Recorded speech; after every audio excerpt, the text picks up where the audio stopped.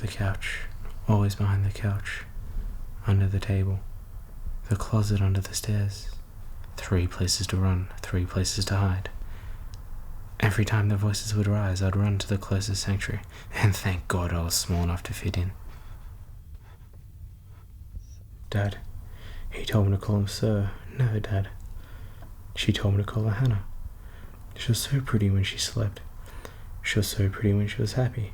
Now, her body of 20 years was old, tired from no sleep, breaking from fingertips pressed into her sides, and boiling with too hot of liquor for a fragile porcelain outline.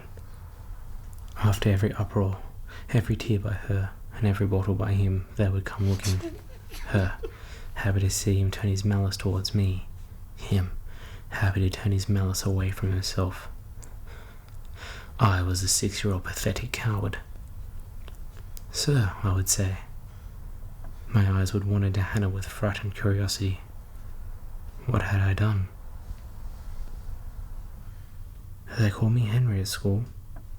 They called me Henry at church. They called me Monster at home.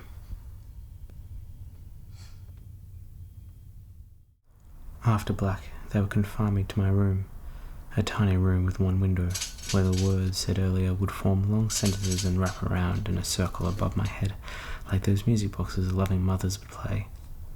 I hated my room. I hated the dark. They knew it too, and took pleasure in locking me in where they could get me. Dear audience, please note, if you're ever a 6-year-old child, remember what it was like to lay in bed and imagine that loud heartbeat pulsing thick from underneath your mattress. Remember that hand that hovered over your face once you closed your eyes? Remember that loud breathing that resided around your open window? The gracious?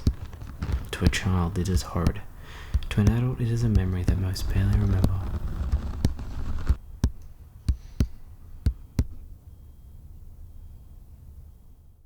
I didn't understand love. I didn't understand human connection. I only understood the weather, constantly changing. I understood change. I didn't understand safety or any emotion, be it love or hate, that could be unconditional.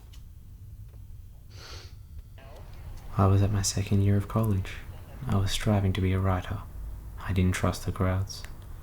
I would go to my apartment, sit at my small desk I'd gotten at a garage sale, and stay there for hours with my books, my papers, and my bottle. Then the day would end, and I get ready for the next. I slept with the lights on. Always. I didn't want many things, but every once in a while, I'd hate to admit it, I would want to feel that popular emotion I had read about in so many books. Love. I was scared to administer it myself. I was scared to feel for another person.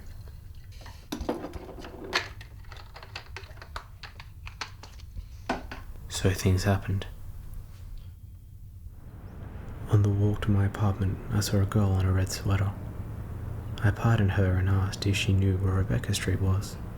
She looked at me in a funny way, paused, and turned her back to me. My hands ran over her shoulders, my lips to her neck. Hard fingers, hard hands, her soft hair, her thin ankles. I ran off, leaving the cream-skinned girl crying out of violet bruises left in patches under her sweater and skirt.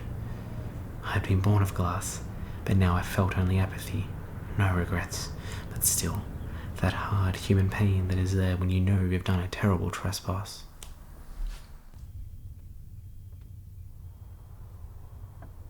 The night was calm and beautiful. I longed for the glow fires from a lifetime ago. We would sit by the lake and watch them for hours. They brought nothing but light and company, and I loved them with all my heart.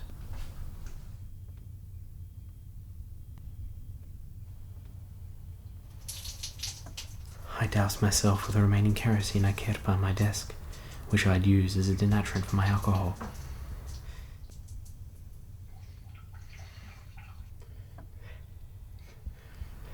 Maybe it would have the same effect on me,